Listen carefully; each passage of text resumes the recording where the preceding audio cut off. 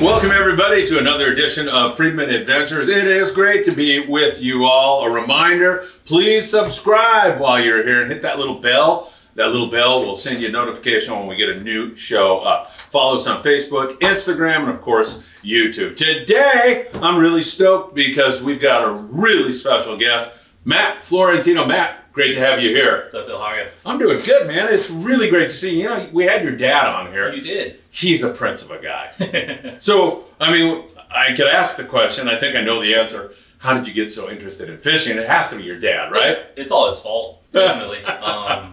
You know, that's pretty much how it came about. Was, you know, he was, this had to be late 80s or so. I was maybe 5, 6 years old. My dad surfed a bunch at that time, actually. So kind of my first introduction was, you know, going to the beach. And we're South Bay heads, so we're typically over at Avenues or Topaz or Rat, you know, more often than not. He'd be surfing, if there's no waves, he'd bring a rod, and we'd rig up a sea rig and a sand crab and chuck it out there and, you know, catch whatever we wanted to catch. And it was fun, you know, as a little kid, that was really cool. Absolutely. And it just progressed from there and down to, you know, sport boats and then skiff fishing and then, you know, eventually tournaments. And then, yeah, it's kind of been, you know, since I was, you know, a really little grom, it's just been a part of my life. So. Oh, man, and it's been a great part, I'm sure. And there's the family bonding that goes on, yeah. And then the excitement, the adventure about just fishing in general. It's all good, right? Yeah, and we have a good relationship where we kind of feed off each other in a kind of interesting way. So, yeah, it's always been very enjoyable, very much so, just, you know, way of life. For us, I would say. Is it fair to call your dad, and you guys, you said surfing, I didn't even know that. I didn't ask your dad about that. Is it fair to call your dad a waterman? I mean, he's a big fisherman, but does he like other activities in the water? I would say 100% in aspects of surf, you know, so he could tell you better than I could for sure, but he's a, you know, child growing up in the 70s and the 80s, or 60s, 70s essentially. So skate culture was heavy in, you know, this part of Southern California, you know. You have Dogtown, there's skate parks actually everywhere in the 70s. And my grandparents' house was over in Dominguez. And there was a pretty legendary skate park there that my uncles, they all skated at. And then they also surfed a bunch too. So yeah, he was, you know, my dad was pretty solid, which like most people that are fairly good at things, they tend to be good at, you know, whatever they may do. And he was a pretty good surfer. Used to surf in competitions. You know, he was on the Dewey Weber team at one point. Used to compete against Ben Seacrest and Greg Stotesbury. Wow. Kind of some other quirky, you know, side notes and all that. But surfing was heavy initially. He actually ended up with swimmer's ear, which that's actually what got him off the board, and that's what transitioned him into fishing. Oh, really? So just still be around the water and whatnot, fishing was another, you know. His higher power said, swimmer's ear, so you can become one of the best fishermen anywhere. I get a feeling that there was some divine providence there that moved your dad over to the fishing thing. And I'm sure now you've got 2 boys. Yep. I'm sure you're doing the same with your boys, right? Oh, yeah. Yeah, like my oldest Jack, you know, he kind of had the crash course into, he didn't start on the beach or start on the sport boats. He started hopping on Grandpa's 25-foot Ranger. So a little different program. Yeah. And a little bit different, you know, kind of overall experience from the get-go, but yeah, he enjoys it. It's funny, his real interest now is he sees the saltwater thing, the calico thing, but I think from what he sees with bass fishing on TV, you know, lakes and things, right? We don't really have lakes around us per se that are easily, you know, accessible. Right. So he's real interested, like he really wants to go to a lake and he wants to go try that fishing, which is kind of like, yeah, dude, like I love to bass fish, so yeah. Unfortunately, we don't have, again, the best lakes, but I'm planning a few, you know, if I can get him down to Barrett and just blow his mind or something like along those lines. Or we'll just figure out, you know, take him down to the local Alondra Park Lake and, you know, kind of two varying, again. There's some big fish in that Alondra Park Lake, right? 100%, yeah. My kids are normally here now, but they're at Diamond Valley Lake this morning because Philip was there maybe yesterday or the day before and got a nice big bass. So. Yep. He said the fish are moving up on beds now, and it's an exciting time of the year on the full moon. And that's it. The last week of weather, the moon we just had, it's pretty much, you know, that nature's clock is ticking and working. Definitely, I think, you know, in that regard. So freshwater or saltwater? What do you like better? Bass fishing? I mean, or both. I'm about both. Yeah. But my roots, which is kind of, I always like telling the story, is my roots are in saltwater. So Yeah. I caught my first fish with saltwater fish, but I would say 60-40 split as far as interests go. But saltwater is my main gig, bread and butter. It's what I obsess about. Freshwater is something I just enjoy.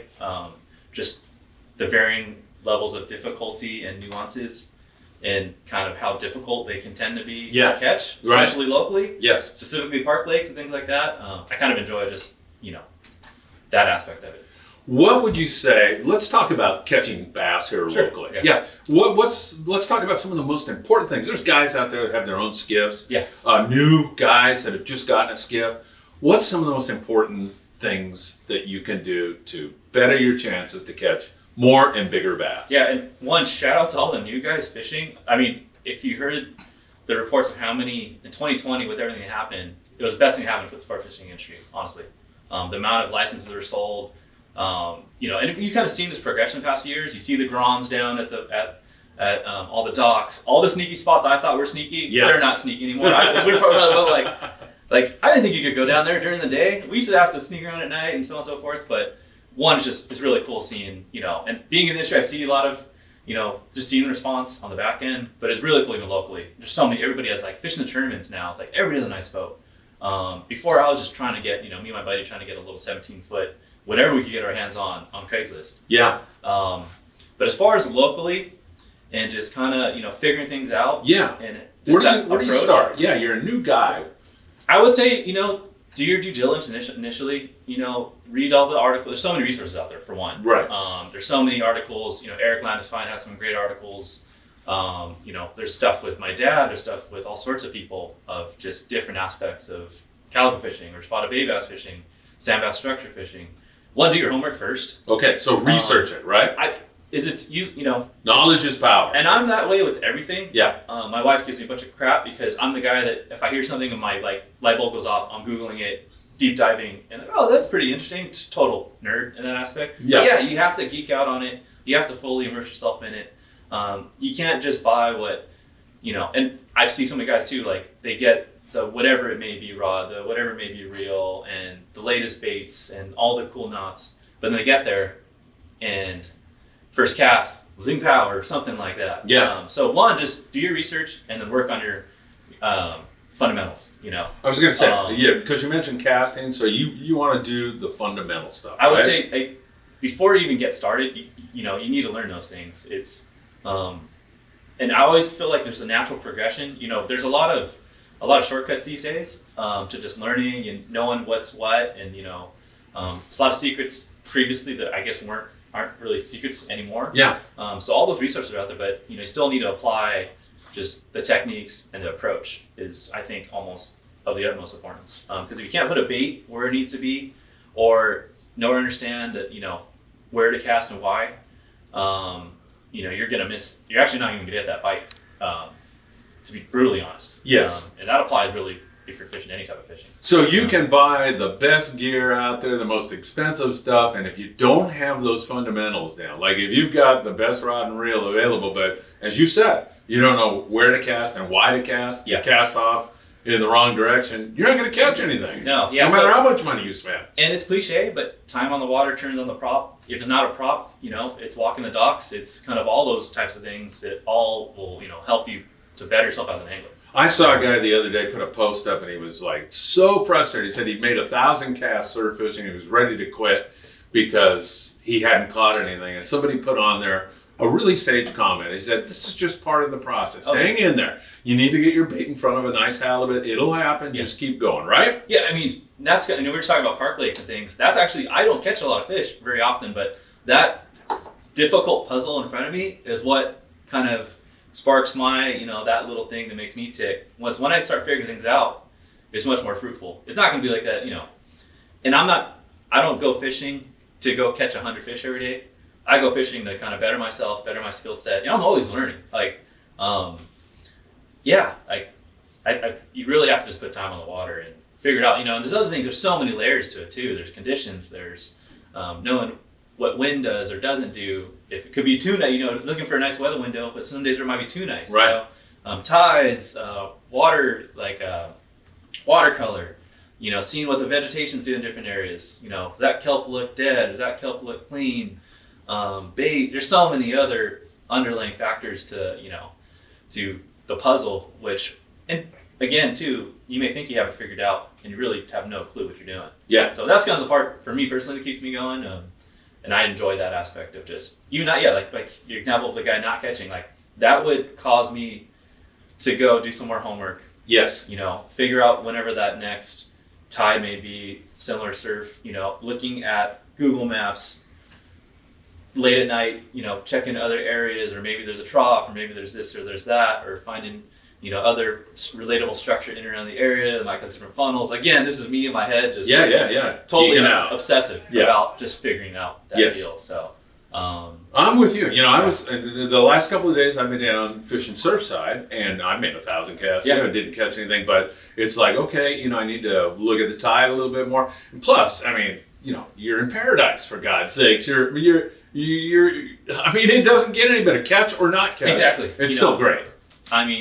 I have no complaints when I'm just outdoors. It's much better than me sitting in my office staring at my computer. Right. So, yeah. Kind of to reaffirm what you're talking about the repetition of doing these things and learning. I asked a guy one time, I think it was Buzz Brizendine, the guy that runs the Prowler, and I was saying, who are the best fishermen? The guy, long range guys, right? Yeah. And he said, no, I think it's a hardcore half-day fisherman. And I said, a half-day fisherman? That's interesting, yeah. Why? And he said, it's that repetition of choosing a hot bait, of casting, of looking when a bird dips in. Yep. He goes, sometimes on an albacore trip, you toss 3 baits. You get one stop and that's it. But on a half-day boat, you're always constantly searching out a good hot bait, making a cast, and that repetition is what Buzz, I believe it was Buzz, that's actually really makes you a better angler. I really dig that, because that's the half-day boat, or even sport boats in general. That's kind of that micro use case for all anglers. Yeah. That 10% of fishermen, and I've been on enough boats there's 1 or 2 guys that are kind of seeing something different. Yes. They got something else going on. But again, they've probably been fishing for a number of years. They've been in those scenarios where things may be tough, but you're looking for little windows, or chuck a brailer bait in a corner. That bait doesn't just stick there; it's going to swim. Right. So you kind of keeping your eye on the outskirts and just being cognizant of what's going on and around you. That's pretty.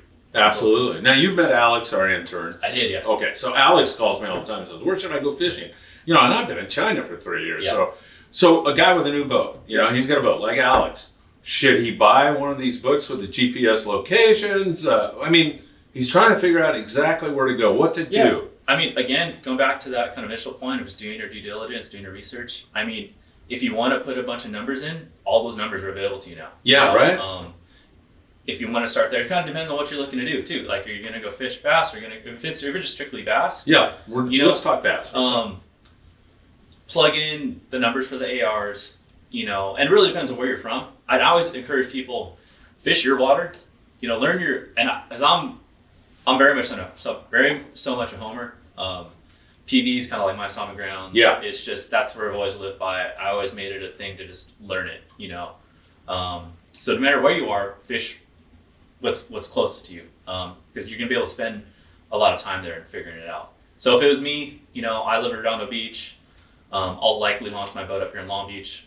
I would spend my time, looking at the break wall. That's probably one of the easiest things you could do. Yeah. Just pull up to the wall. You can't miss it. You don't need to plug in GPS coordinates. Right.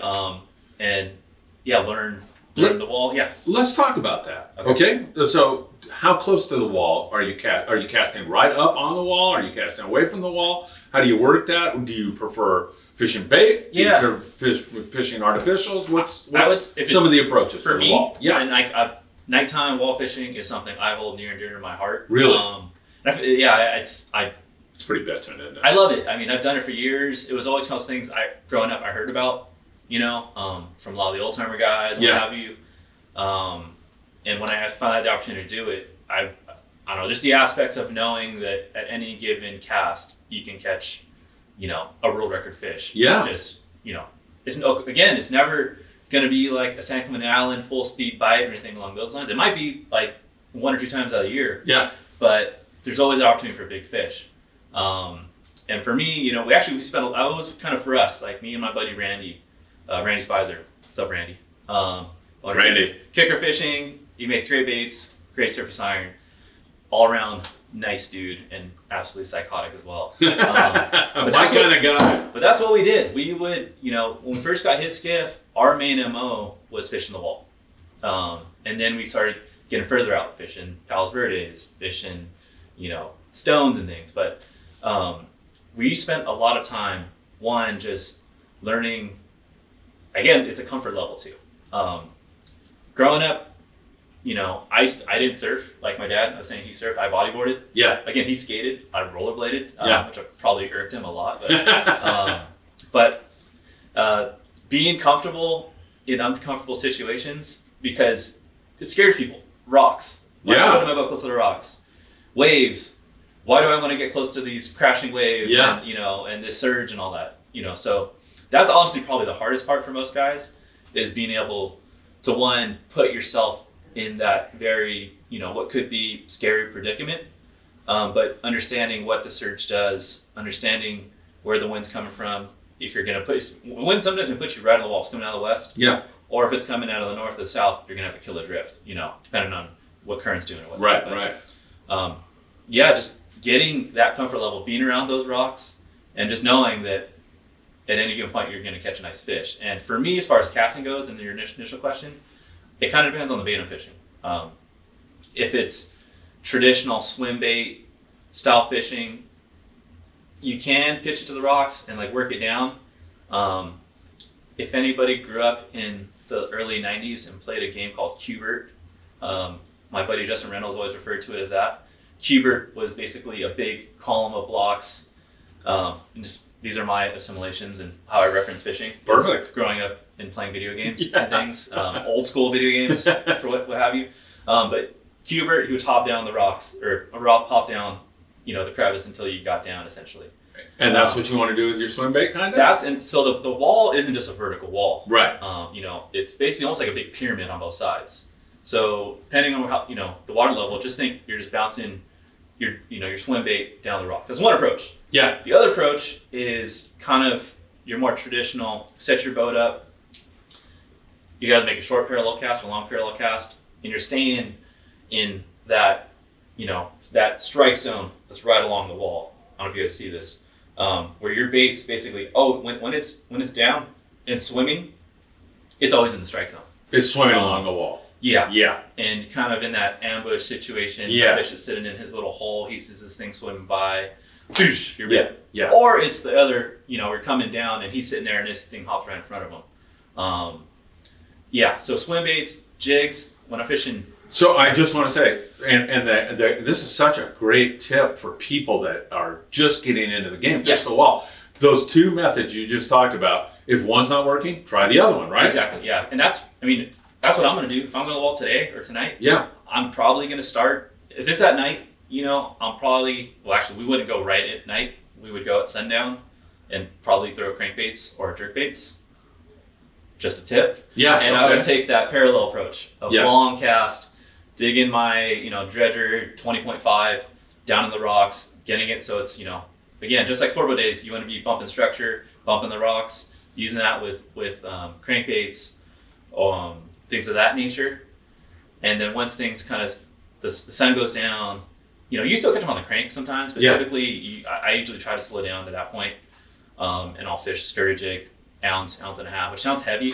But again, I want that jig banging in the rocks, getting into, spots it shouldn't. And I'm doing that straight ahead approach with the jig. And then if that's not working, I'll switch to, swim and a bait, parallel, swim bait parallel.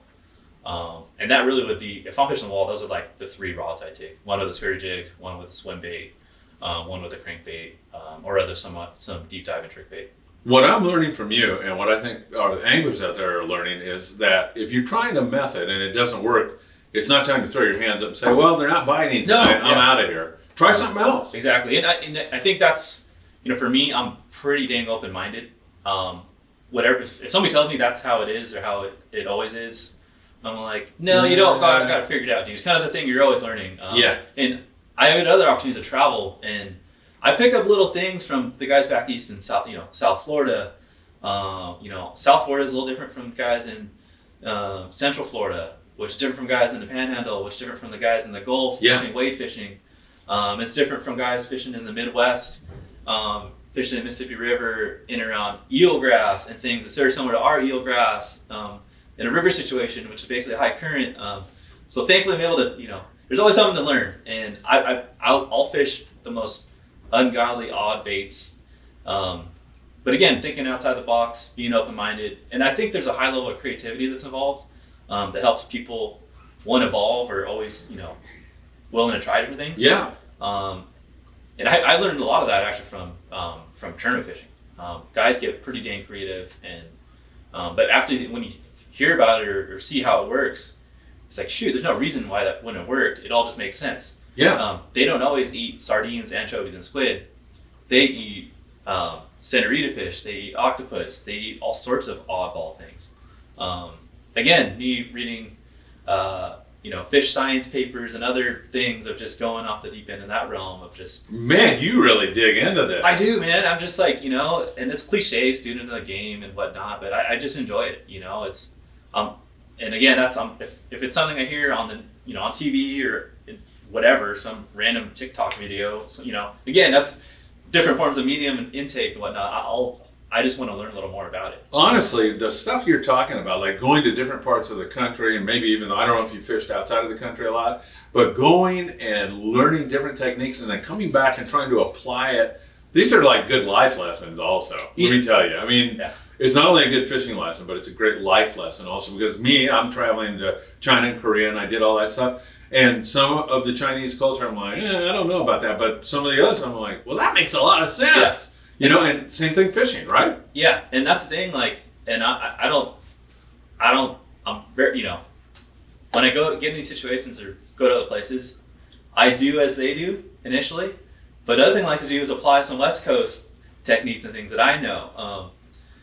For example, we were fishing mangroves in Southwest Florida, and again, it's always funny traveling, and there's some very interesting, it's almost like cultural techniques and nuances to, like, say, the West Coast fishery, right? Where you get pummeled if you bring a spinning setup on a boat or whatever, right? Exactly. And again, it's perfectly acceptable in one place, and then the it's other. It's a little different now because taboo. of popper fishing and guys understanding a little more about it, and some guys fishing the tube baits, whatnot. Just understanding that you want that open bail, or you get better action, whatever. But yeah, like. Back there, though, I have a little travel rod I take with me and a bait caster, just because that's what I'm comfortable fishing with. Yeah. Again, West Coast, like bait caster, kind of open fish reel first. And they kind of knock me. I do their techniques first. I'll do the pop and cork or what have you. You don't want to offend anybody, so you for show sure. them like, deference. And they're showing me their backyard, and of course I'm going to listen. Again, you always got to listen to the guy, listen to the guy who's the guy, because they know what they're doing.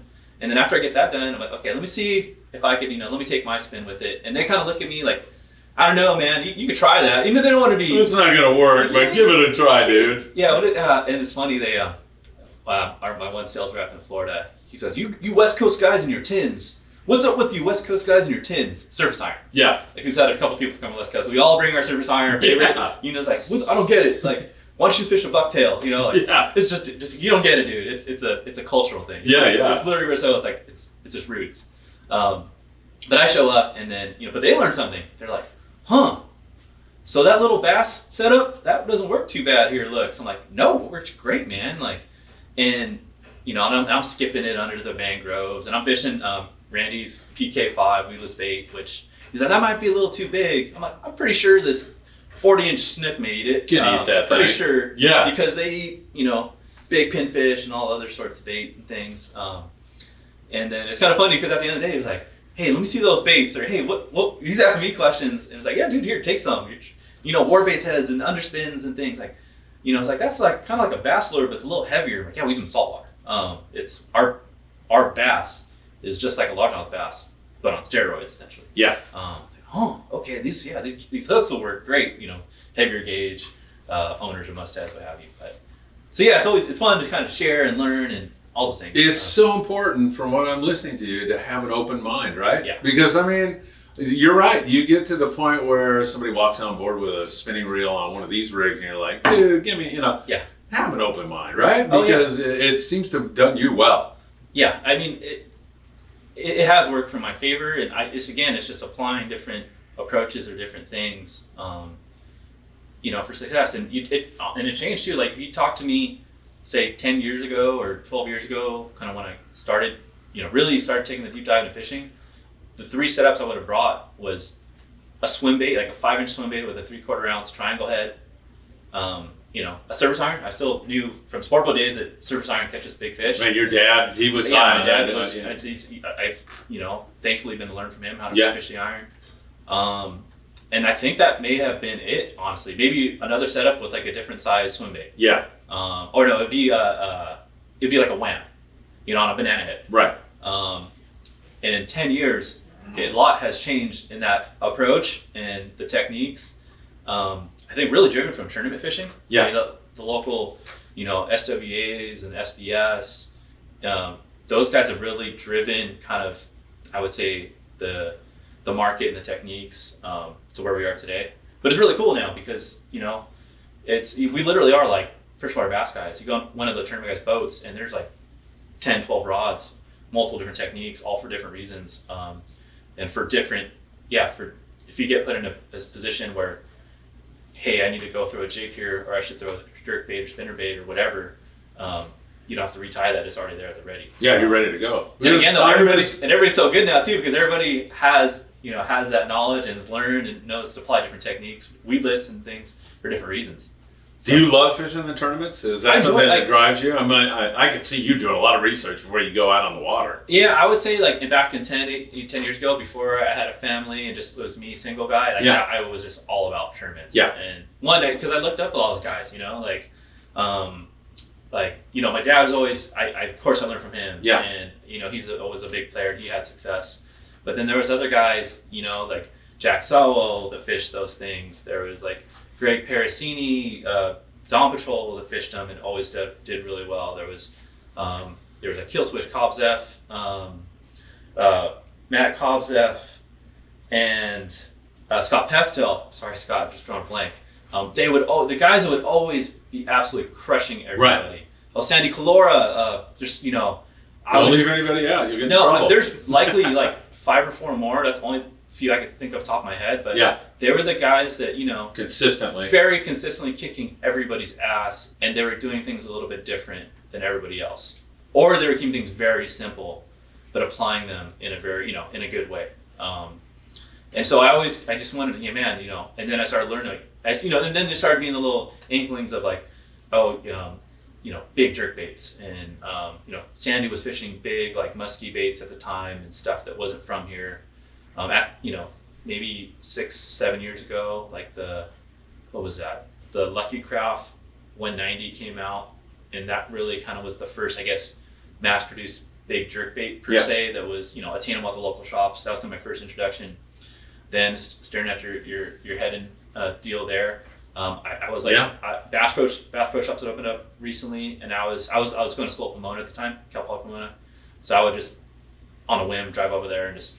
I had nothing better to do. I was just a college kid and, just working part-time. So I would go to Bass Pro Shops and I would, again, total geek, go down every aisle and like, oh, what's this bait? Because I had never grown up with our tackle shops. You have the same, most shops have the same stuff. Yeah. But they didn't have like the big or like musky style freshwater baits. So yeah, like the creek chub was at one. And then early on, even before like Corey had his MC weedless, like I stumbled into the 316 weedless bait, and then there was a Canyon Plastics. Was it Canyon? They had like the Swim Doctor, and these are all stuff I got from Bass Pro Shops. Thankfully they opened up. Yeah, it was a new avenue of new baits that I really hadn't, seen before. Yeah. And then and I learned about spinner baits. But you knew spinner baits always worked for spotted bay bass. I never. And thanks to my dad, I was early adopter of some of these techniques because he was doing them. Yeah. But I did never think to use a spinner bait out for calicos, And I had to scour, at that time on the internet for like big 1.5 ounce, 1.25 ounce spinner baits, and learning you could fish that like a swim bait, fishing the stones and things. This is pre-A-rig. Now A-rig's kind of the deal. Right.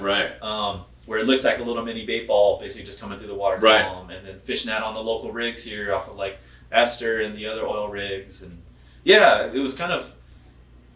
very experimental, of just like hearing certain things and like, oh, I heard they got them on crankbaits. And we're like, crankbaits? Like bass crankbaits?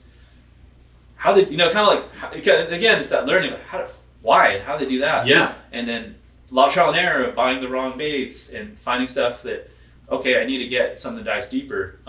Walmart even was a great resource. I used to joke, for a while when fishing tournaments, we were on like a Walmart pattern. The baits that we were using and working in the tournaments was stuff that I was buying from the Pomona Walmart.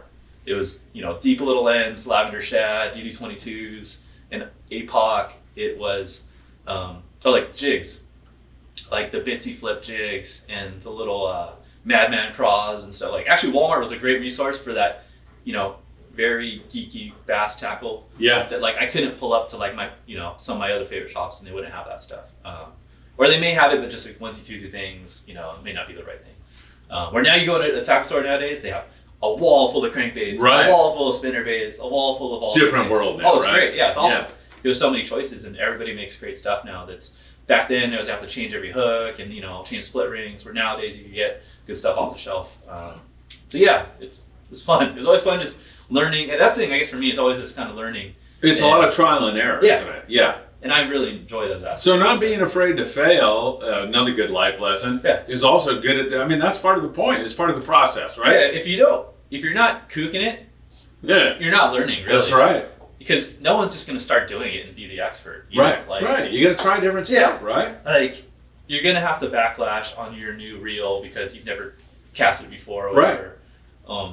If you don't, kudos to you. You're really good at casting. But you have to fail. You have to. That's the only real way you're going to learn. Yeah, it's a human thing, and it's very it's very human thing. It's not even really like a fishing related thing. The guys that we talked about just a moment ago, the apex of the tournament guys. What sets them aside? Is it doing their research, being prepared, not afraid to fail, all of those things? What would you say are some of the most important things if you want to win tournaments? I would say it's a good mix of all those things we just spoke about. Yeah. Having some success previously. And also, honestly, for tournaments, it's decision making and timing. Because you only have so many hours in the day where you need to, catch them.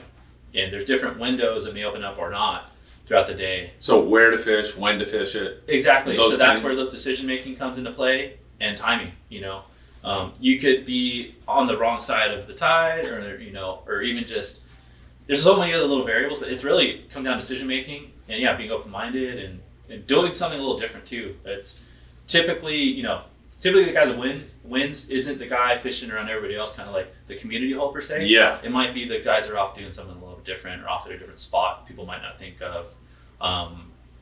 Could be a stone, it could be a pile of rocks that's people, it's kind of forgotten about, spot, or it could be one little spot in around the harbor that bites really good early morning and then it's done, where you have 30 minutes to catch them. And it's over. And you could put like 20-some pounds in the boat. Yeah. And you could go the next day and just be catching 12-inch fish. It's crazy. It's crazy. And this is right here outside of us in LA Harbor. So, I'd say all those factors tied in with decision making. I saw that similar kind of thing when I was a kid growing up in San Diego and working on the boats. And some guys would say, I don't like fishing with the fleet. I'm going to...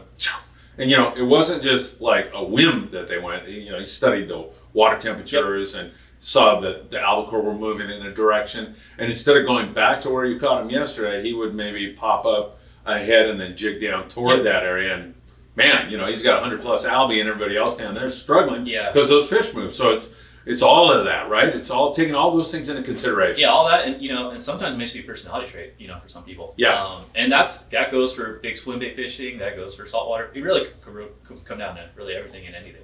Going back to, and I really am enjoying this, helping anglers out. So when we talk about fishing the rocks, we're pointing like out here because we got Long Beach and San Pedro. Yeah. Is it any harbor structure? Is it like if you're in Ensenada and you fish the wall, if you're in Redondo and you fish the wall in the Channel Islands, given that that the water temps and everything are good, is it, there's structure there, so. I'm smiling because, ultimately, it's structure. You just said. Right. And I have this kind of saying, fish where they live. If they fish in kelp, go check that local kelp bed right there. Somebody may say, oh, they haven't been there in years. chances are they probably still live there. May not be as many of them, but there may be some good ones. If you have a wall in front of you, that's your local wall, and I've fished a lot of these walls because of one, just applying what I know in Long Beach, and saying they gotta live here. It's like there's some little bit of kelp, there's some rock, there's bait swimming up and down.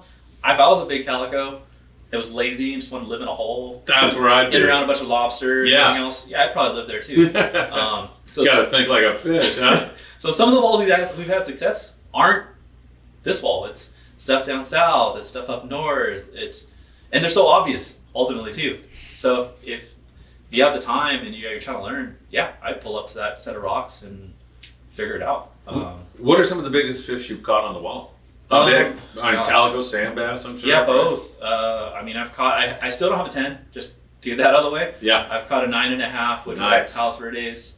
But I've caught multiple 8s, 7s, 6s, 5s, kind of at the Long Beach wall, the Federal wall, some of the local jetties. I've caught nice fish off Redondo, up in MDR. I've caught them off there. I think what really put me and my partner Randy on the map in the tournament scene was when we set the big bag record for SWA 2011. It was a night tournament, and that's when we were fishing nighttime heavily. Like all the stuff I'm talking about, that's when I was learning all these things. We would fish once or twice a week, really. And sometimes it'd be here in Long Beach. Sometimes we'd go down out of Hampton Harbor. Sometimes we run up to MDR. We kind of just wanted to learn each little area. Right. And we just knew that they're there, and we were just having so much success. So that night tournament, 2011 SWA, we had a bag of 35, 6, 8, 5 fish. Jeez. And it was all calicos. Wow. And that was at the time where the guys, this was a July tournament, so the sand bass stuff was going off. And typically you can't beat the sand bass guys, the guys fishing the stones. Those guys are so good. They're literally like rock wizards. Like we call them like the rock wizards. Yeah. Because they have every little spot absolutely dialed. The sport boat guys are great for one thing, but the small boat guys, they're really good at, there's the spot in general, but there's like the spot. Yes, I know and then exactly what you there's mean. the B spot and there's the C spot on the spot. Right. So always going up against those guys at that time of the year is always tough. So that was like almost a 7-pound average to your bass? Yeah. Is that right? I think we were like throwing back like 4 3/4. Oh my God. 5-pound fish, and just like. Does that record still hold? I was like, Randy, is this real? He's like, no, there's so we're just laughing all night. That's awesome. And is that record still? SWA now is no longer going. Yeah. At the time, and it still was the biggest bag weighed ever for that tournament series. Wow, that is amazing. There's been other big bags the guys have caught, whether that's at Catalina or fishing Clemente or what have you, but I would say, and then Ben Seacrest, Greg Stotesbury, Dave Pfeiffer, the Western Outdoor News jackpot tournament, I can't remember which year, it was 89 or so. I think they had like a 38 or 37 pound bag. My God. Local too. Wow. Which, that's ridiculous. Yeah. Again, I would love to have been fishing in the 90s. I would have a lot of fun with how many more. I feel like I just hear the stories from Benny and from Greg of just them. Again, Greg used to work at AFCO, Ben used to work at AFCO. They would get off work around, they come in early, so they get off early, and then they would launch a boat out of Newport and fish in around that Corona Del Mar area. Amazing. They were the only boat doing that at that time. I would love to be the only boat chucking big plastics. And right? But so at that time though, like our bag was the biggest bag. Of local caught fish, and proud it was all calico bass. That was insane night. We caught them all on big baits, big 7-inch swim baits. And like it was most nicely where everything, well, actually not everything went right. Where all the fish we hooked, we caught. We had mechanical issues right off the bat. Like our troll motor. So me and Randy, we have a reputation for back in the day of just like always weird, bad mechanical stuff was happening. Sounds like my kids. We were just knuckleheads, We're just, at the end of the day, we were 2 skater kids, Bait tank flying off the 5 freeway, almost sinking a boat in Santa Barbara. Oh my God, you sound like me now, sinking boats. But so we pull up, our troll motor's not working, and I call him Rangiver. He's full MacGyver. He just figures stuff out, and love people like give him a that. screwdriver and like duct tape, and It's great. and his teeth, and he'll figure something out. Are you that way too, or are you? Not so much. I mean, I'm not at all. I could rinky do things, but he's like, dude, how do you do that? He's like, I don't know, but it works. Just go. Like, all right, cool. So yeah, Trolling was working but he was still casting and like trying to fix, and he hung like at 8 something was our first fish. We pre-fished actually a few days before, and the first 2 fish we caught was like a 9 and like an 8 plus, and then we drove away. Okay, we're coming here Saturday. Wow. So that spite was still there, and we kind of knew with each other, okay, dude, it's off, and then we just fished hard all night. Put that back together. That is an amazing catch. That's I would say as far as the amount of big fish in a single given night was that night with Randy. I've had a few other good nights with my good buddy Tom Nidahara.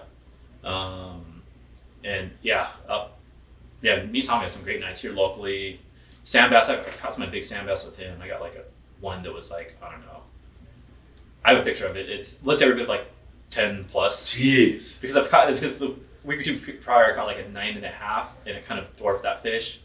We had a very crappy scale, but I mean it was a giant sand bass. Jeez. Off one of the older rigs actually, And you don't think of big sand bass off those rigs, but if you get creative and put a bait where it shouldn't be, he was probably been sitting behind that little pillar for a long time. Yeah. Plucked him out of there, but nighttime's fun. It's great opportunities, and nighttime is completely different than the daytime. I would say it's almost like it's a whole different, it's a whole different scene at night. Meaning what? Opportunities go for catching. Oh, better. It's funny, I'll fish the wall, and I don't fish as much as I used to, but there'd be nights where it was on for 2 to 4 pound fish. And then I'd fish the next day or two later during the day. And we're still catching fish, but they're all 10 to 14 inch fish. So I don't know what those bigger fish, they just hunker down and I'm assuming that's what they do, is they just move around at night and, catch eating lobster off of the rocks or whatever. It's funny you mentioned there was a guy named Pat Whitaker. Pat's up in Oregon now. Hey, Pat. And he ran a boat called the Real Special. And he started this run. And it was a unique run. Instead of doing the 3/4 day run or the half day run, he would fish from 6 at night till 6 in the morning. And he swore by it. Mm-hmm. And he especially said, you mentioned sundown. Yeah. Great. But also that hour before sunrise into that, wham, wide open. He made a whole run out of that where he was carrying people full all the time. It worked really well. So you're right about that. I've never heard anybody doing it from that sport boat perspective. That's cool. If I would sign up for that trip all day long. Would you? Hell yeah. Yeah. Do you like fishing at night more than you like fishing in the daytime? I like both. Yeah. Again, I was getting out of the water when I could. So if I was working retail at the time, I was working at Sports Chalet. Shout out Sports Chalet. Kind of got my start with everything. Yeah. But I was, I'd work the day shift, and then I'd get off, and then I would shoot straight to meet Randy wherever we were going, whether that's golf course ponds or whether that was the wall, whether that was whatever. So that was my window. Or classes, all my classes are in the day. So after I get done with school, I would, fish throughout the night or whatever. Yeah. And then that's where I was kind of forced to fish at night. And again, I've always had interest kind of fishing at night. It's you're kind of, there's nobody else out. I like being away from everybody else. Fishing's kind of my release throughout the hectic part of the day, just to go to a spot at night, no other boats in the You're not dealing with 600 other people. You're alone, getting a break from reality. It's nice. Yeah. And then also learning too that there's some big ones that bite at night. We have the same nighttime's the right time, So fluorocarbon, do you fish it? Is it important? I would say so. Yeah. I fish, and I fish pretty heavy. So if for the wall and things. What do you fish? I think back then I would have fished 30, 40 was 40 was heavy to us at that time. Yeah. But now I fish 50 and 60 AFCO Psycho Pro. Okay, and explain to the novice guy out there. I understand, but why are you fishing such heavy line for bass? And it has everything to do with that structure, doesn't it? Exactly. It has everything to do with abrasion resistance. And again, we're fishing on rocks. We're fishing around even kelp and things, and there's weird mussels on those things and all sorts of stuff. So if you're fishing 20, the traditional, if you're going bass fishing, is kind of the traditional is 15 to maybe 25 or 30, if you're pushing it. But kind of in those settings and in that structure, 30 would be my minimum really. But I like fishing heavy just because if I hook that 15-pounder, I want every advantage of putting them in the boat. Right. One just for pure strength, break strength, and then two for abrasion resistance. And our Psycho was designed specifically to hold up better after abrasion than some of the lines out there. So we tested it extensively with Sunline Japan in their factory. So not really for pure break strength, but after some abrasion, that line holds up. So yeah, I fish like 40 to 60. I would say it would be like my exclusive like nighttime fluorocarbon, and fishing like traditional. I don't go too long, like 3.5 foot or so would be what I fish. And when you get a bite, are you putting the screws to that fish right away, or are you just like if you let them run or if you let them take any drag, he's in his back in his hole, he's in the right. box. And you don't really realize how much scope you have in your line. You think you're right there, but there may be spos, or just the way the way braid lays. Yes. Braid floats. Yes. So your top half may be up here flat, and then it kind of actually does some weird things. Braid connected to fluorocarbon. So yeah, that would be pretty much the go-to setup for me, at least in that regard. All right, so this is great. We got novice anglers fishing there. Let's just bump out to something else you just mentioned, the rigs. Yes. Is that another? Because it's really confusing for these guys at first. So now we got the fishing at night at the rocks. That's a great tip, Matt. That's awesome. The rigs, is that another productive place? It is. Are all rigs good, or? I would say not all are created equal. Yeah. And once again, there's structure there, so that's a positive. But what do you mean by they're not all created equal? I'm thinking about this too, is we're talking about structure. Yeah. So like we didn't even have a fish finder. And my dad gives me crap. It's like, you guys just fish what you see. I'm like, yeah, because for like the longest time, we didn't have any fancy fish finders or anything. We just had I think for the longest time, we had like this, Bass Pro Shops. Basically, we know how deep it is. Yeah. And how, what the water temp was. We were using like our phones or GPS, so it was actually pretty stupid. Really? But like for us, we went out, the first thing we saw was the wall, there was the oil rigs, and so like those are pretty obvious spots. Yeah, right. And we knew of like outflow pipes that are up and down our coast, like kind of from surfing and just knowing different spots. And are those outflow pipes? Is that another good place to be? It's great to look. Structure. It is very obvious man-made structure. Right. And it's gnarly structure. So yeah, like those spots, we would just pull up and just fish really learning and what we learned is they're not always on the bottom actually. Those fish will either they'll set up high, or they'll be suspended, or they could be set up on the, if you look at an oil rig, again, this is me looking at what divers are looking at, seeing I want to understand. I don't dive, but I'll do my research to see what the structure looks like beneath the ground. Right. And there's all sorts of little arms and stuff for big fish to sit on or move on. And if you go to Cabrillo Aquarium right here, you'll see where the bass are. Some are down below, some are suspended on different parts, and others are sitting actually pretty high. Again, that geeky inside of me to do my homework and do my research, and just remembering that they're not, because I would always think, you got to make sure you sink it all the way to the bottom. And actually, sometimes that's actually, you're missing the fish if you sink it out all the bottom. You're missing the fish that are suspended, or missing the fish that are set up really high on the pillars. So yeah, we really just trial and error. We went out and fished them. We fished each one and learned. Well, we learned which guys were cool in the rigs to let you fish up tight. Right, exactly. And which guys don't like you fishing. Get out of there. Yeah. Exactly. So that's another big one. Yeah. Another thing too, another tip, if that does come up with people, just be cool. Don't freak out. Don't go running away. Like, just sorry, man. We're just fishing. Exactly. That's actually the best thing you do is like talking to somebody, and initially they kind of get just want to kick you out, but then once they learn okay, these guys aren't really harmed. They're just fishing, no big deal. Or they ask you to leave, and I'll respect them. Okay, man. Yeah, sorry about that, but I'll probably be back here another couple nights. Yeah, exactly. With a dozen donuts next time, buddy. No, believe me, and actually to that point, I've seen guys in different harbors and things. It's the same security guy. We see each other very regularly. Right. Where I end up talking to the guy, I know his name, and I'll just joke around and bring him a monster or something because he has the late shift. Yeah, right. You know what I mean? He's gonna just be cool. Exactly, right? Treat people decent. Yeah, I don't know. That's easy for me, I guess, but some people have a hard time and they get freaked out and want to go run or whatever. It's dude, and I learned from skating, never run from a cop and never run from, depends on if it's a security guy and he's, a little heavier set, you could probably get away. If you're a 6-year-old kid, you're good. Go for it, dude. Yeah, be good out. luck. Yeah. So Yeah. You don't want to run from a cop who's in good shape, though. Oh no, not at all. They'll win every time, and they have a whole lot of friends behind them. So Exactly. I learned that from skating early on. It's just Do you ever fish bait? I mean, and I'm talking like Dean or live squid or anything like that, or is it all artificial? I'm for pretty you, much Matt? like 98%, artificials with my approach. Why? That's just, I enjoy it. Yeah. Again, I like tinkering with these baits. I'm in my garage finding all these obscure baits from wherever. Actually, my thing right now is fishing like older plastics. Kind of like the forgotten about, the Mondos, the old fish traps, old worm kings. Kind of just for kicks. Yeah.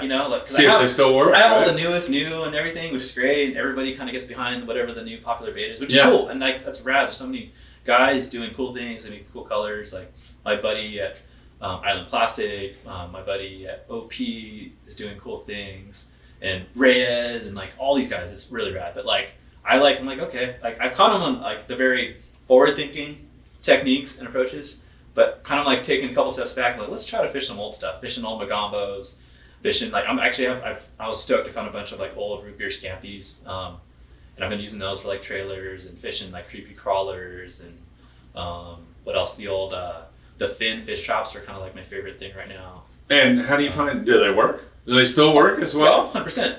I just find them. My spot, which I think I might have bought most of them out of there, was Johnny's in Pasadena. Yeah. I used to work at the corporate office for Sport Chalet in La Cañada. Yeah. So I would, on my lunch breaks, I would go down to Johnny's and just either hang out or just, or buy. I would just buy things. Yeah. Again, I'm a tackle nerd, so I'm always buying things. And I always ask if it's a shop, especially the shops have been around for a while. There's some here around the South Bay and stuff. Hey, I was just like, these, and I was, hey, do you guys have plastics? And they show me the trays, probably big hammers or MCs or what have you. Like, do you guys happen to have any old plastics? Just curious. And yeah, I got some stuff I haven't sold. It's just in my storage. And he brings out the old Plano boxes, and you just light up. I can imagine, right? Yeah. And I'll buy the whole box. Really? And he'll be like, oh, you want these? I'm like, yeah, man. Like, how much you want for them? I was like, I don't know, $5. I'm like, cool, hell yeah, stoked. And I don't know, I enjoy the old, I enjoy the new, I kind of enjoy it all. Thankfully for me, I've been able to fish kind of throughout these little eras per se. And I've used the old baits way back when via my dad or via on the sport boats, and I've used the new. I've had opportunity fish like Bob Suakawa and guys, and seeing what he fishes a creepy collar back of the boat and slays them. So I've been fortunate to kind of have certain baits work for different reasons. Talking with Greg and Benny and those guys, Maddie, back in the day, this or that worked really good. I don't. When these guys tell me things, they're telling me for a reason. So I don't just throw that out the window. Right. I soak it in, and valuable info. Right. I know at some point that's going to be able to be applied to some form or fashion. So. Yeah, absolutely. I mean, those guys have done it, so you might as well learn from them. Oh, 100%, right? Yeah. And shout out to them. It was a pleasure working with Greg my first few years at AFCO. I was always curious to see where he was on the weekend, because he's always up to something cool and catching something pretty legit. So yeah. Do you like other types? Do you go offshore, fish yellowtail, albacore, tuna? Do you like all that stuff too? So bait and things, I don't fish it, but I do enjoy catching yellows. But again, if I'm fishing yellows, I want to catch them on the iron, or I want to catch them on a big rip bait, or I want to catch them on a big walking bait or a popper or something. That's just I like tricking fish to eat something they don't want to eat. As opposed to feeding them, right? Exactly. But nothing gets out.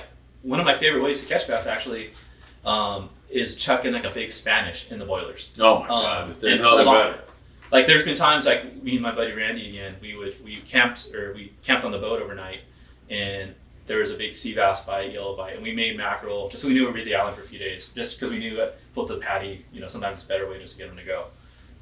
And we had a tank full of mackerel, and we didn't even use them. We made them and we didn't use them, so they're in our tank all day.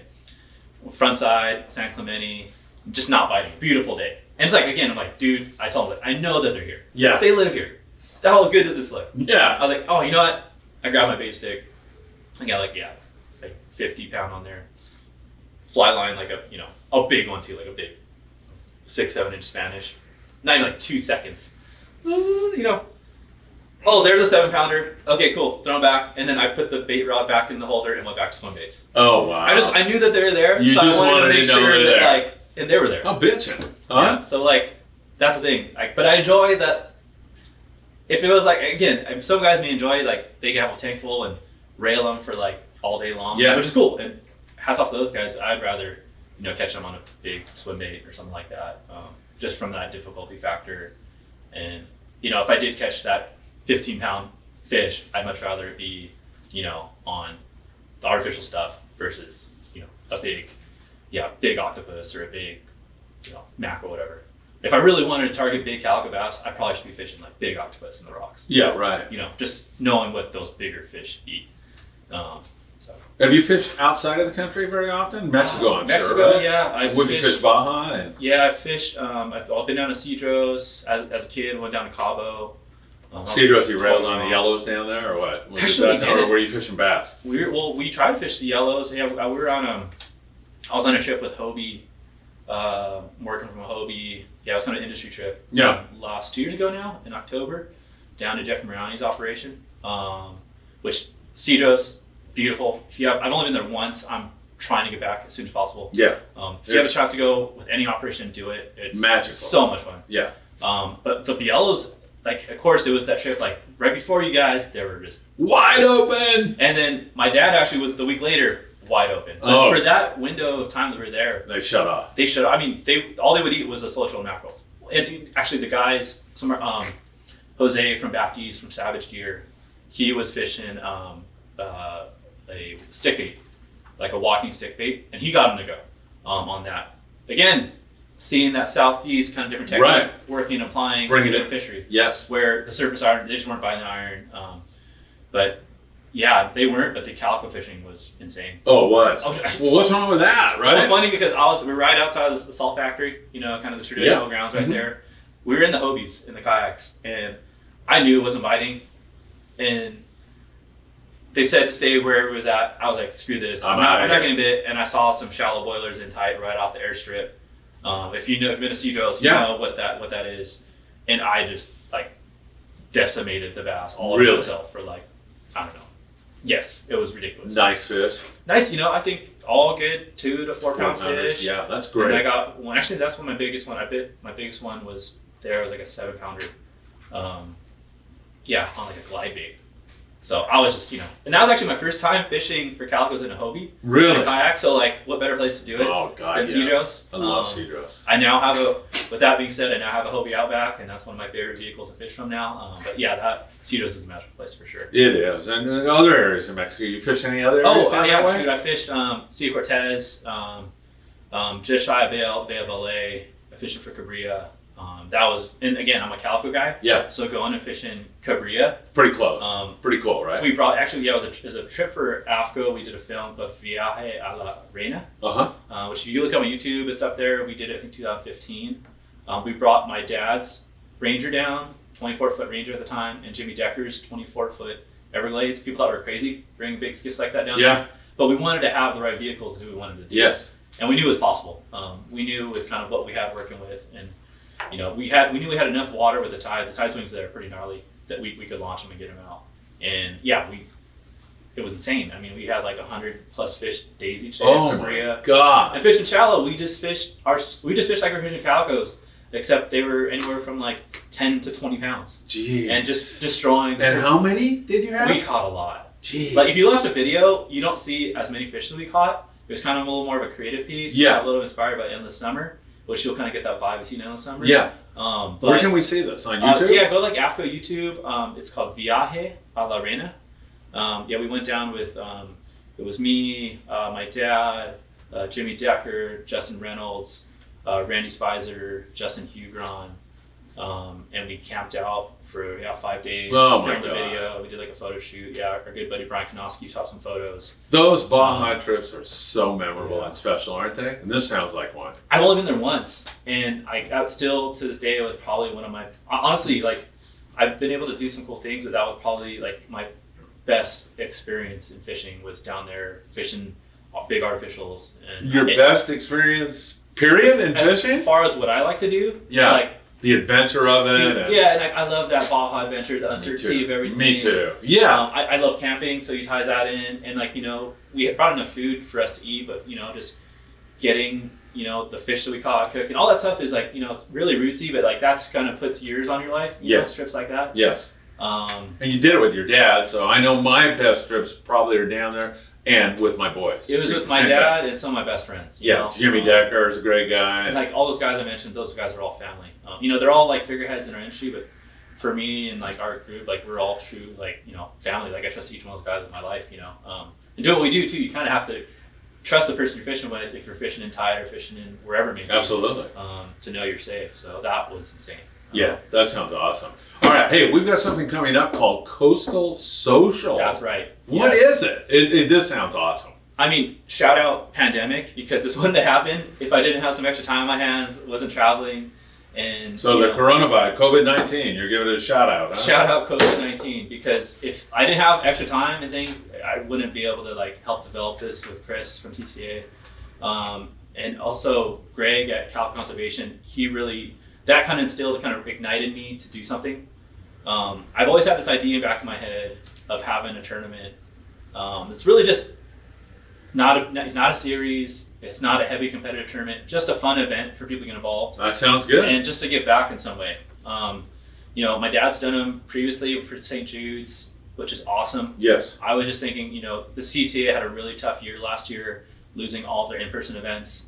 Right. So they have in their fundraising and everything. And at AFCO, we work closely with them in different ways. Yeah, Wayne's a great guy. Wayne's awesome. Chris is awesome. Yes. And we're always trying to drum up ideas for, you know, so especially now you had to really pivot with digital things and other avenues. I was like, hey, you guys open to doing an event. I just need some support. I could put, you know, the site all together, make sure people, you know, I have all the ideas of kind of what I think is the most opportune event. One, just get people involved, and one, just to have fun and get back. Yeah. So yeah, Coastal Social, it was born really, I would say, like 9 months ago. Like my little child, but 9 months ago. And how's your baby doing? Okay. It's okay, man. Good. He was just delivered last week. Yeah. He looks great so far. No, but it's all came about. You know, we were kind of scrambling to get it all done. You know, I really wanted to have a good site presence, have some good branding with it. The guys at AFCO developed the logo, Sherwood and John, and then I put together the website. I just wanted to make sure it was just nice and clean. People could, you know, easy to navigate. Yeah. Make their entries on there online. Yeah. So yeah, we created Coastal Social. So essentially, it's just really trying to encourage anglers to get involved with conservation and with CCA. What better way to do that than to just go fishing? Yeah. You know? Made it really easy for guys to get involved. It's a $50 buy-in per person. There's a boater division, and there's also a kayak division. So 2 events. We essentially have like a northern event, which is taking place like San Pedro, Long Beach area. Yeah. The weigh-in has to be right here at 22nd Street Landing. Oh, perfect. Which, thank you to 22nd Street Landing, because it makes it really tough to do those weigh-ins and things at launches and whatnot. So just having, you know, a good place, especially just a place that's, you know, it's a fishing place. Yeah, exactly. And by the way, Matt, we're going to do a live podcast that day. Kill it. So we'll have you there, and we'll have people coming up and weighing their fish. It'll be a lot of fun. It'll be pretty cool. Yeah. And yeah, so that's all happening pretty quickly though, April 24th. Ooh, that's zooming up on us. Zooming up, but I mean, there's another event after then in September. So, you know, we're really just kind of getting things rolling. And, this is almost like an experiment. You know, I don't think they've attempted to, actually they've never done a private boater event kind of this, you know, to me it's like of this scale. Like if I got 30 to 50 boats, I'd be pretty pumped. So I encourage anybody who's ever thought about fishing tournaments, you know, the veterans and the guys that have spent enough time fishing in tournaments, they know, you know, what it's all about. But anybody that's, you know, has a boat, been interested in fishing, or has a kayak and wanted to, you know, test the waters in a tournament, we've made it really easy for you to get involved. Yeah, so if you're a CCA member, it's $50. If you're not a CCA member, we just tack on the membership. It's $85. 3-man teams for the private boaters, 3 fish weigh-in, no boundaries. Essentially lines in, lines out. So, you know, fishing starts at 6, lines in is at 2, and weigh-ins at 3. Just try to make it really straightforward, really easy. On the kayak side, it's all ran through Churney X. Dwayne over at Churney X, I kind of presented him with the tournament. He offered up their tournament software for us to help run it. So big thanks to him, because I really didn't know how to do that digital side yet. So this is a test run too. So it's catch, measure, release. So for the kayak anglers, you'll need to, same $50 per person, or $85 if you're not a member. Yeah. You'll need to then, we'll get you set up on the Churney X application. You install it on your phone, and then you just need to be wary of catch your fish, measure your fish, make sure you take a good picture. You just need to have it on, a good measuring board. We prefer kind of those hog troughs or the catch style boards. It holds a fish so much better. Yes. If you had a traditional bump board, it's only about yay big. Those fish aren't going to lay there. Right. And just, I would say, practice if you've never done it before. And and for those guys, it lines in at 6 a.m., lines out, same format at 2. You need to have your submissions uploaded by 3 p.m. is the deadline there. And for the kayakers, I've had a few questions already. There's no technical boundaries for kayakers. So long as you're pre-registered and ready to roll, you can be fishing in Ventura, you could be fishing in San Diego, you could be fishing in San Pedro. I love that. Or Redondo. I just wanted to make it available for people just to Everywhere. get involved. Yeah, Because right. at the end of the day, we're really not trying to, put boundaries or kind of, put exceptions. We just want people to have a good time, whatever they're comfortable with, and really just get back. That's really the end goal. Yeah. So there's unfortunately, there's been no big novelty checks with the big dollar sign behind it. Right. But we have some really killer prizes from our great sponsors. So I mean, Do you care to mention any of those prizes, or? yeah, I mean, there's for the kayak side, Hobie's giving like a $500. I'm in. Sorry, I just got done with the MLF Red Crest. Our guy Dustin Pinnell just won $300,000. I'm just wow. all that. But anyways, not that level, but $500 accessories package. Awesome. We have, I'd have to go through the list. We have a who's who of the industry. AFCO's involved. Penn Fishing, Pure Fishing, Daiwa, Kuma. All right, so there's going to be a lot of great. War Baits, Kicker, Fish Lab, and it's growing. We're adding after we announced it. We got some more people getting involved. So, and open invite to anybody in the industry if they want to help out. We're really just trying to get prizes for the anglers that are participating. We have 2 tournaments, and we'll find a way to get that swag out there and get all those things. Awesome. And the main thrust of this is conservation, right? Yeah, it's really, I think, just an awareness standpoint. I hope by now people are aware of what CCA is, CCA California, kind of what the issues are at hand, and just, find a way to get involved. We don't expect guys to go to every meeting or what have you if they just can't. I get it. I mean, I have a family, I have a full-time job. It's tough for me to I always apologize to Wayne. I'm sorry I'm not involved as much as I can. I'm so busy, and I hate saying that, as cliched it is, but it's tough for me to kind of hey, go out and do this. But a way for me to get back was when this event, building that site and just building some stoke. So I think it's such a good idea because unfortunately sometimes if I would have started this podcast with conservation and everything, some guys' eyes gloss over and they're like, I want to hear about fishing. Yeah. But this is so important, especially there is an attempt by sometimes try to demonize fishermen. Yeah. And fishermen are really they care about the ocean's environment more than anybody. And I go to your AFCO. They've always been involved in caring for the environment. In fact, I think Bill Shedd just wrote a beautiful. He did. And it just was so cogent and so well put that I highly recommend people go to, I think, the AFCO website and they can read that. Yeah, we have some pieces on there's actually a lot of resources on the AFCO site in regards to just angler rights, the 30-30 initiative that's happening now. And I'm so fortunate, for one, to work at AFCO and work for the Shedd family. The Shedd family and Bill, their whole family are just awesome. For one, they're just awesome human beings. Yes. On a personal level, on a family level, and and they care. They're truly genuine in just the amount of care they have for the employees. They understand that with the AFCO business and their livelihood, it's really dependent on taking care of the resource. Yes. So in 1973, with Milk Shed, they've been giving back 10% of profits since then. It's kind of like amazing. It's a cool thing now. A lot of brands and things, whether it's, and it's great that people give back, but they've been doing that before it even was a thing. The Hub SeaWorld Research Institute. We've been paying our extra fees for our licenses, due in part to get back to the white sea bass hatchery. There's so many other layers. They helped to eliminate gill nets back in the early 90s here locally. And a lot of stuff locally is really spurned from the Shedd family of just, one, standing up for, sportfish, understanding that we need to take care of our resource. So this is just not some marketing hey, I got a good idea. This will put us in a good light with the public. That's not that. This is several decades of dedication because it's the right thing to do. It's kind of funny too. Yeah. When I first hired at AFCO, they had never had a marketing department at all. I was their first marketing hire.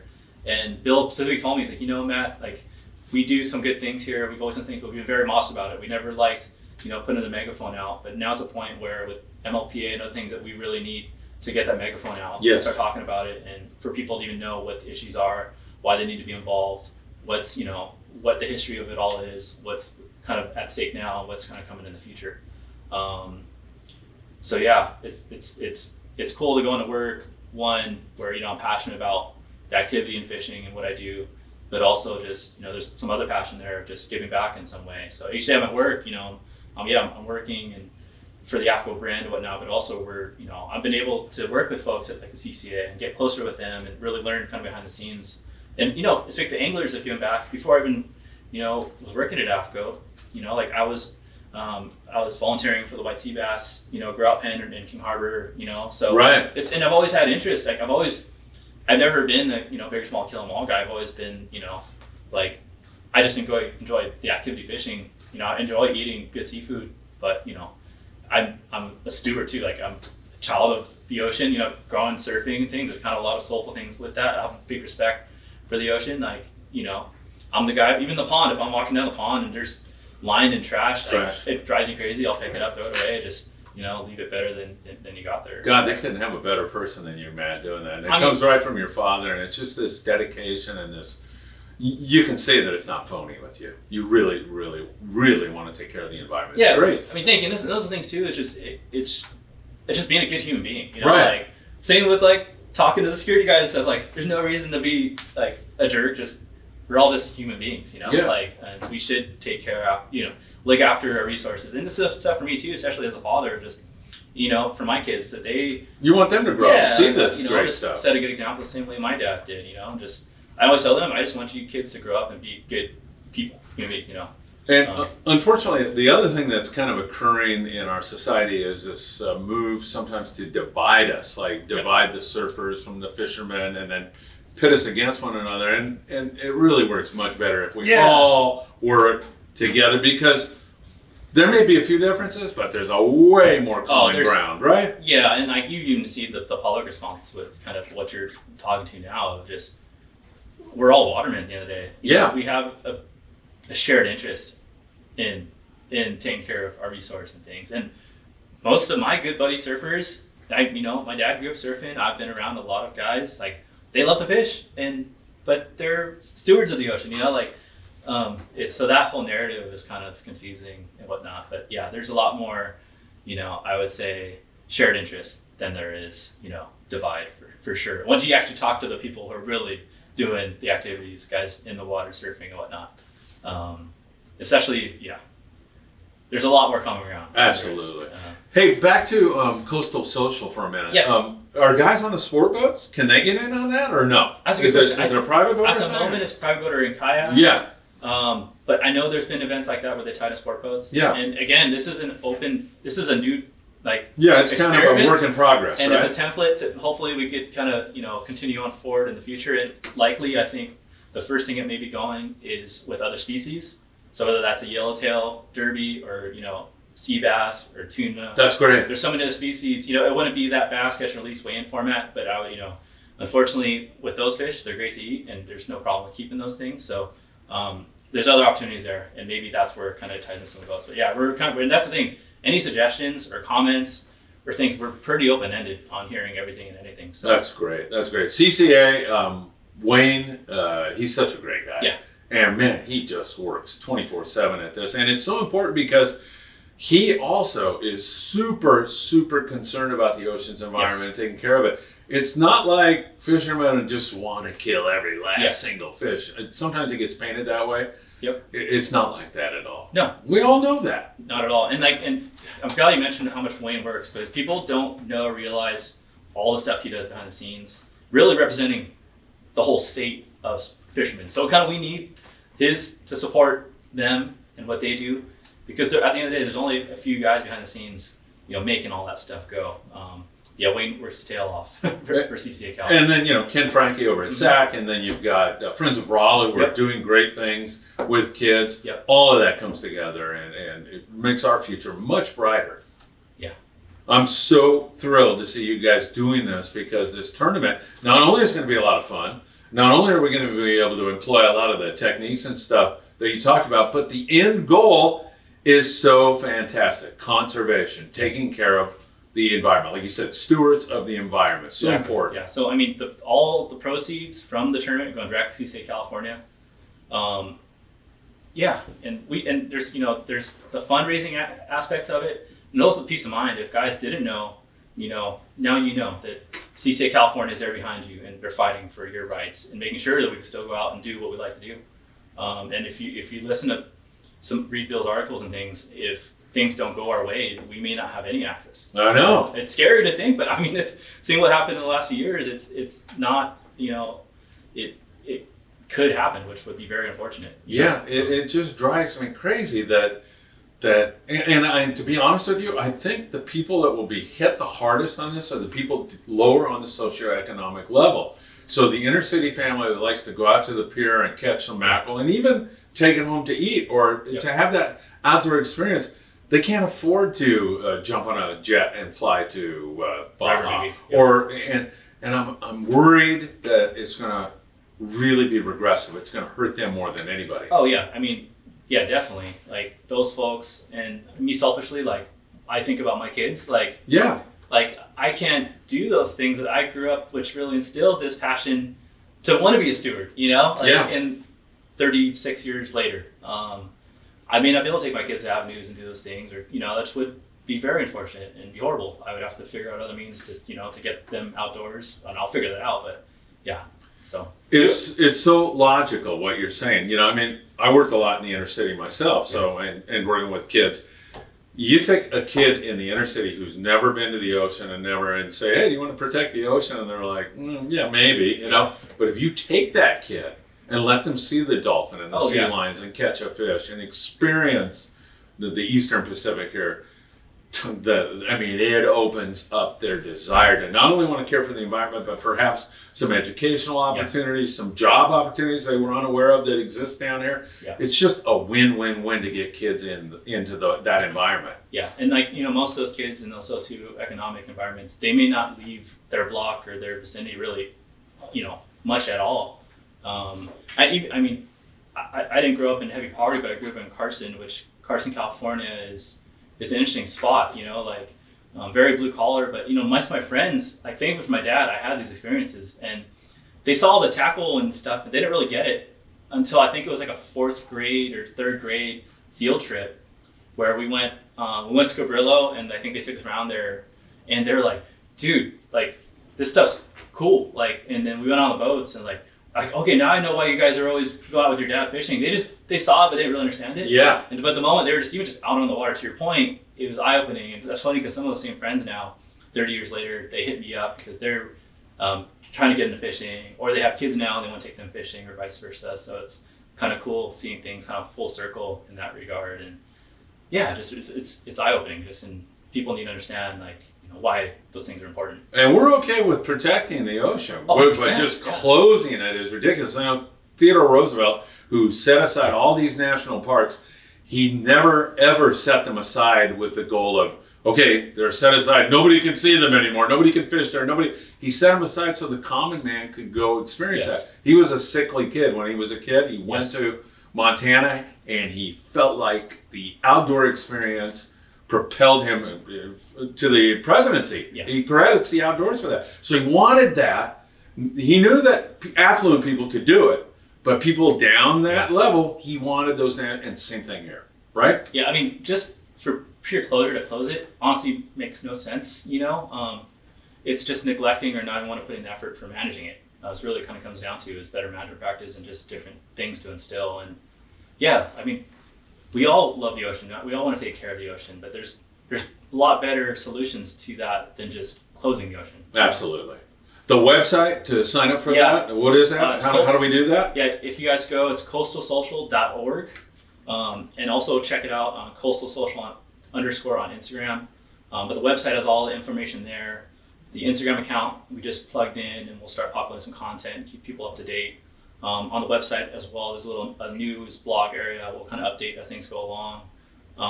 They can make all the entries there. Any questions people may have, you could DM us on the Instagram account, or email admin@coastalsocial.org. We'll get back to you as soon as possible with any questions you may have. We've got a few already as far as guys. It's like guys are making the game plans of like where they can or can't go. And, so it's kind of fun to see guys already starting to do their homework and trying to prepare for the event. So, and May 24th, is that it? April 24th. April 24th. It's the north event up here, Long Beach and Pedro, and then the southern event will be September 20 something. Okay. Dig that up. Yeah. September. All right, cool. And we're going to do a live podcast, so that'll be just a lot of fun. I can't wait to do that. And we have other plans too. So I just want to keep some ongoing content. I have some speakers that I'll be doing like Instagram live with, kind of the who's who, the Ben Florentinos of the world. Very selfishly, Captain Jimmy Decker, Eric Lansfine, kind of all the who's who, especially specifically in the bass world. I'm gonna try to get those guys. One, to talk about the fishery and just kind of give guys insight of like what may work, techniques, kind of what's the water's looking like right now. Yeah, perfect. Kind of the bird's eye view. That's awesome. All that. So I'm trying to keep, it's ongoing, keep people engaged and put some cool things in front of people. So. Any cool stuff that we should know about at AFCO? Any cool product that we can talk about? Yes. So right now, we have some new things brewing for ICAST 21. We didn't have ICAST last year. It was all digital, but this year we're having an in-person event. So actually, our big focus this year, people know us for the clothing. We've made some heavy strides the last few years. We have some great outerwear, some great fleece. We've won multiple ICAST New Product Showcase Awards. Hoping to win a couple more this year. So we have some new things on the clothing side. Good. Specifically in and around our fall line, and outerwear and fleece and those things. So that's about as much as I could give. And then on our tackle side, there's been a big focus on our tackle side of the business. People know us for our roller guides, our bait nets, our gaffs, all those gloves, all those things we've done for years. And then, we introduced fluorocarbon a couple years ago. We introduced fillet knives with the Boker collaboration as well. And you're gonna see us go in a more consumer tackle. Things in and around fish care specifically, they go hand in hand with fillet knives and gaffs and things. Right. Kind of think that process start to finish. So I would say a few new categories that I can't really mention just yet, but I'm really excited to roll things out. We have some samples in the office that we've been testing. We're actually going out next week to test some stuff, which I think specifically for the sport boat community and really for private boaters, it's going to be new and different, but I think it's going to be good in the end, specifically for caring for our fish. Website afco.com. Pretty simple. We have all of our product there. Also check us out on Instagram. We have a pretty steady feed of @AFCO on Instagram and @AFCO Freshwater as our freshwater side. Matt, I got to tell you, I have thoroughly enjoyed this time together. It's been great. Obviously, you have in common with your father great expertise in fishing and such passion for fishing. But the thing I think you have most in common with him is that you're such a nice human being, just like your father. And it was a pleasure to have you here, my friend. Thank you. I had fun talking shop. I could talk fishing all day. If we kept going, I probably could go another 2 hours. So. And we'll see you again in April, right, for the live podcast and this big Coastal Social. That's going to be a lot of fun. I may not be as comfortable and relaxed as I am right now in the studio. I'll probably running around my head cut off, but hopefully all goes straight forward, and at the end everybody just has fun. So. Excellent. Matt Florentino, everybody. It has been a delight. Remember to follow Friedman Adventures on YouTube, Instagram, and Facebook. And if freshwater is your thing, Bass Bros. My kids are over there on Instagram, Facebook, and, of course, YouTube. Matt, once again, a pleasure. Thank you. Take care, everybody.